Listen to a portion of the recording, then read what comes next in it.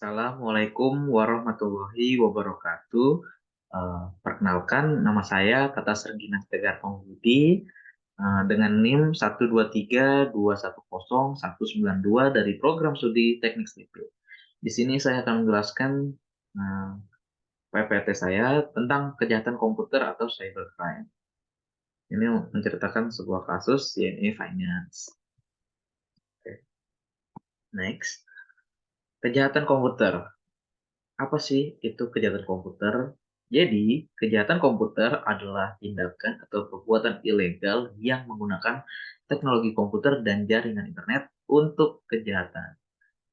Jadi, segala sesuatu atau kejahatan yang menggunakan teknologi komputer dan jaringan internet itu termasuk ke dalam kejahatan komputer.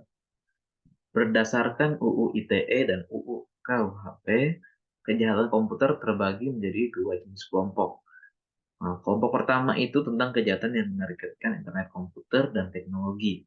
Contohnya adalah hacking, sabotase jaringan, dan phishing atau biasa kita sebut penipuan online karena memang marak gitu kan.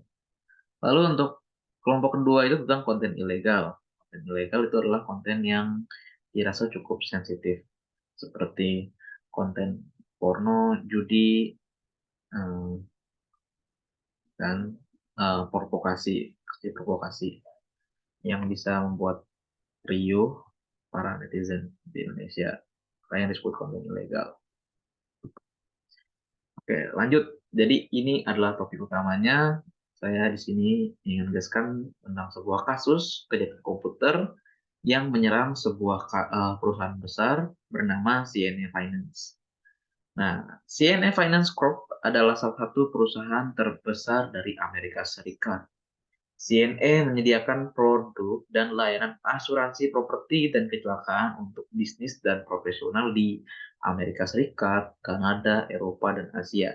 Makanya CNA Finance ini termasuk raksasa di bidang keuangan atau ekonomi.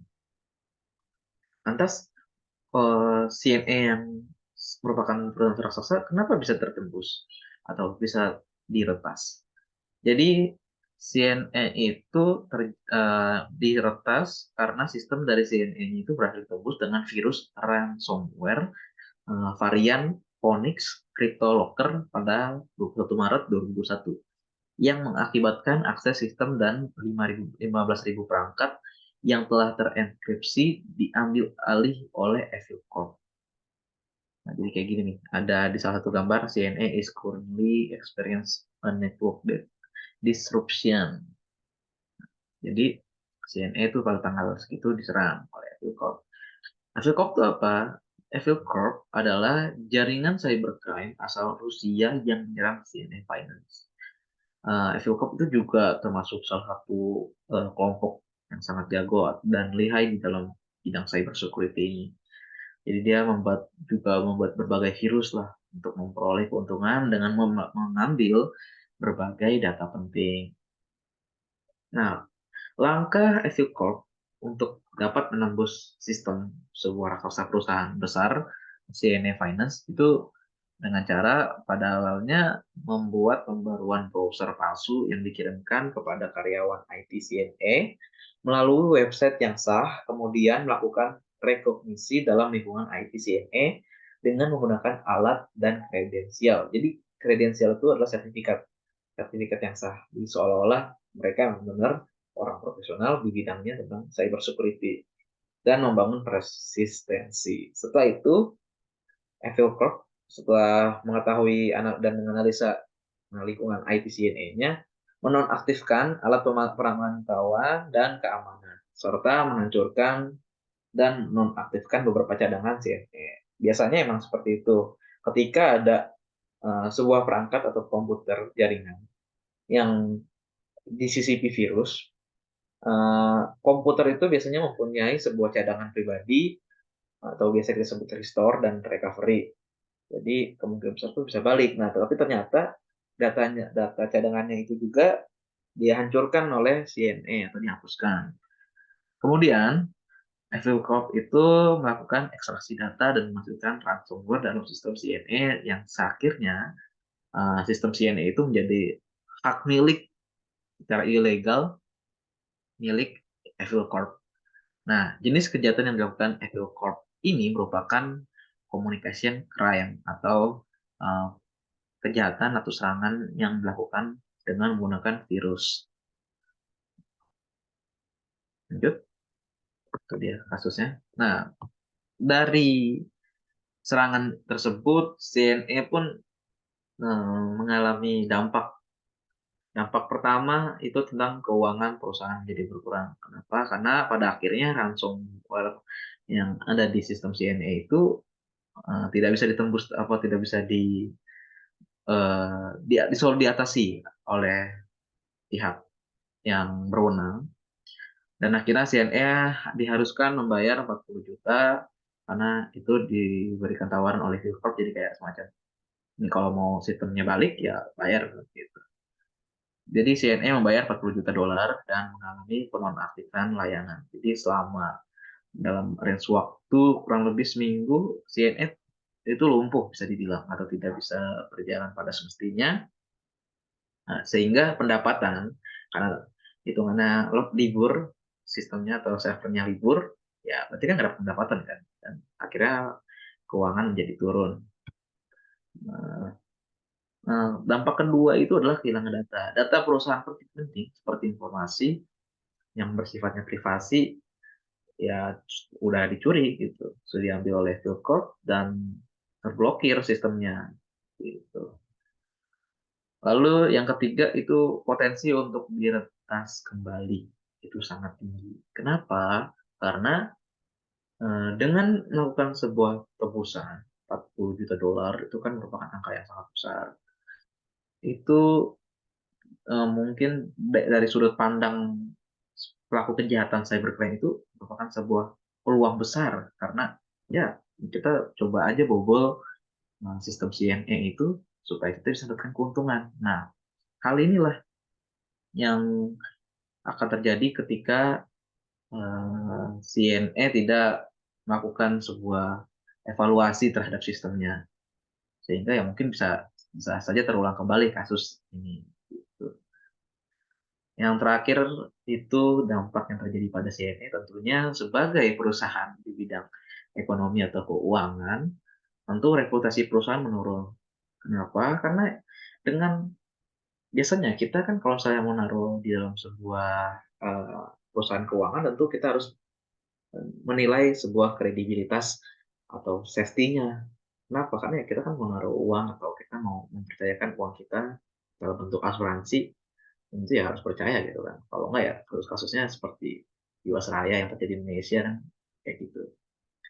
Jadi dengan terserangnya perusahaan itu membuat nama perusahaan jadi turun, apalagi nama besar perusahaan dirusak oleh kelompok orang yang membuatkan kepercayaan para pengguna CNN jadi turun. Terus jelas tadi karena dia mempercayakan uangnya itu pada CNN yang merupakan sebuah perusahaan besar. Tapi ternyata masih bisa ditembus juga oleh kelompok ya jaringan anonim gitu. Walaupun Evil Corp ini termasuk salah satu perusahaan komunitas yang sangat hebat lah di internet. Lanjut, tindakan yang dilakukan CNN. Nah, karena ya tentu dengan sistemnya terblokir dan tidak bisa di apa namanya di itu ini kan merupakan perusahaan ya, jadi harus ada yang namanya tanggung jawab. Jadi secara teknis, hukum, dan kebijakan CNE itu melakukan pertama CNE memberitahu pelanggan tentang pelanggaran data yang terjadi oleh CNE. Jadi kasusnya itu dia diretas dan melakukan pemberitahuan lah bahwa sistemnya sedang terblokir atau sedang ada terkendala. Itu merupakan salah satu ya bentuk awal oleh CNE untuk menjaga sebuah customer-nya. Lalu tidak cukup sampai di situ, CNN juga melaporkan kepada pihak intelijen atau pihak berwenang yang ada di Amerika Serikat itu, bahkan kalau saya baca ini salah satu pihak-pihaknya tuh main pihak-pihak besar tentang kepolisian yang ada di Amerika Serikat. Nah, setelah dilaporkannya itu mereka melakukan penyelidikan demi mengungkapkan pelaku yang mengancam akses sistem CNE. Ternyata pelaku ancaman itu mengakses sistem CNE-nya dari berbagai waktu, dari mulai 5 Maret 2021 hingga 21 Maret tahun 2021. Jadi dalam waktu kurang lebih 16 hari, sistem itu mulai dilakukan pembobolan. Nah, ketiga, selanjutnya karena kalau saya baca itu tidak menemukan solusi ya, yang mungkin kurang lebih itu kan penyelidikan selama 2 minggu, bahkan sepekan sistem pun mati. Jadi ya CNE melakukan pembayaran 40 juta dolar untuk membebaskan diri dari serangan ransom. Kenapa demikian? Karena hasil Corp melakukan sebuah negosiasi lah. Ini kalau misalnya mau balik sistem gue ya bayar segini.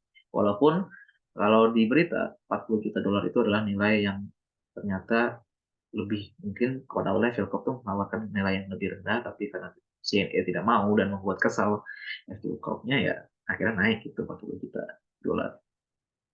Selanjutnya, setelah membayar tebusan yang lumayan besar, CNE pun akhirnya telah kembali kendali atas jaringannya. Walaupun demikian, tentu kalau biasanya setelah diretas data-data itu pun akan tentu kebanyakan ada yang hilang, ada yang itu seperti tadi.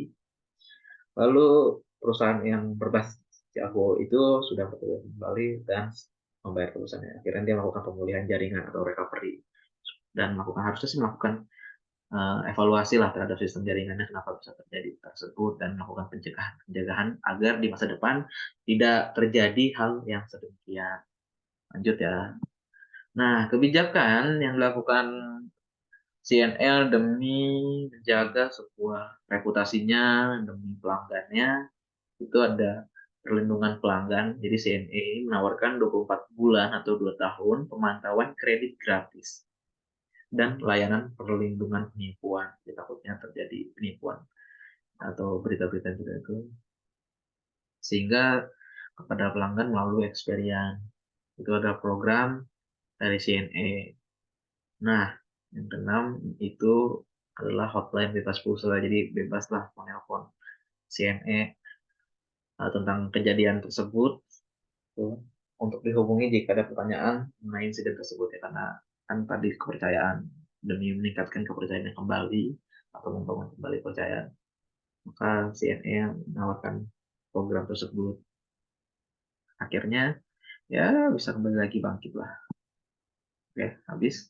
Jadi mungkin cukup sekian presentasi yang saya lakukan. Mohon maaf apabila terdapat kekurangan. Kurang lebihnya mohon maaf. Ya, akhirnya wassalamualaikum warahmatullahi wabarakatuh. Terima kasih.